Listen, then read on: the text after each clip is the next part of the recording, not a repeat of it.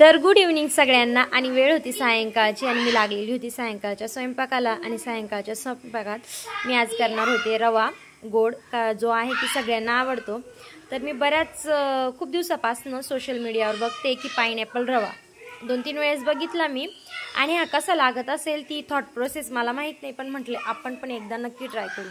तर आज मी करत होते सायंकाळच्या जेवणामध्ये रवा मी ठेवलेलं होतं बेसिक आपण जे ठेवतो तूप, आणि त्यामध्ये रवा भाजतच होती। तर मग मला भन्नाट आयडिया आली की चला म्हटलं खूप दिवसापासून करायचं आहे तर आज करूनच टाकू। माझ्याकडे पाइनएपल क्रश पण होतं, ते मी काढलं आणि रवा मस्त माझा भाजून झालेला होता तुपामध्ये, आणि त्याला मी पाणी घातलं।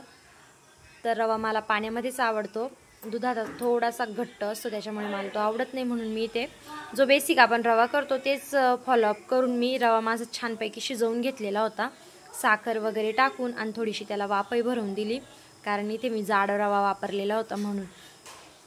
आणि त्याला वाफवून झाल्यानंतर रवा मस्तपैकी असा शिजून झालेला होता। तर झालं असं की मी पहिल्यांदा करत होते म्हणून मला असं भीती होती की सगळ्यांना आवडतो की नाही, तर सगळ्या रव्यामध्ये मी पाइनएपल क्रश मिळवणार नव्हते।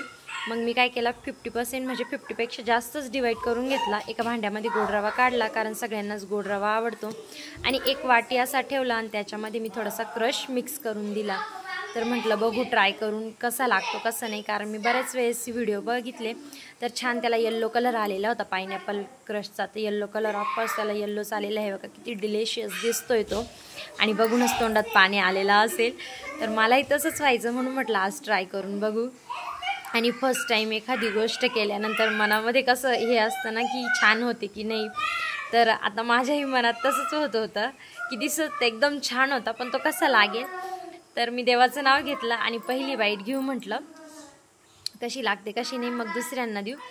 तर मी त्याची एक चम्मच एक पहिला बाईट घेतला, आणि तो मी तुम्हाला खरंच सांगते मला इतका छान वाटला ना, खूपच आवडला मला। म्हणजे मी फर्स्ट टाईम ट्राय केला पण मला आवडलं, आणि मग मी रिद्धूला आणि भाऊला पण आवाज दिला की तुम्ही पण ट्राय करा। भाऊनी गरम गरम घास तोंडामध्ये घातला, त्याला गरमच लागला पण तरी त्यालाही आवडला, त्याने छान सांगितलं। मग ताईला म्हटलं तू पण ट्राय कर कसं लागतो, ताईनी पण खाल्ला आणि ताईला पण तो खूपच आवडला, म्हणजे छान झाला की आपण करू शकतो हा रिपीट। मग पप्पांना बोलवलं, रिद्धूला म्हटलं जा पप्पांना बोलव, तर हे बघा साहेबांची रिॲक्शन पण छान होती, त्याच्यामुळे हा छान झाला। आणि व्हिडिओ जर आवडला असेल तर नक्की लाईक करा, सबस्क्राईब करायला विसरू नका। थँक्यू।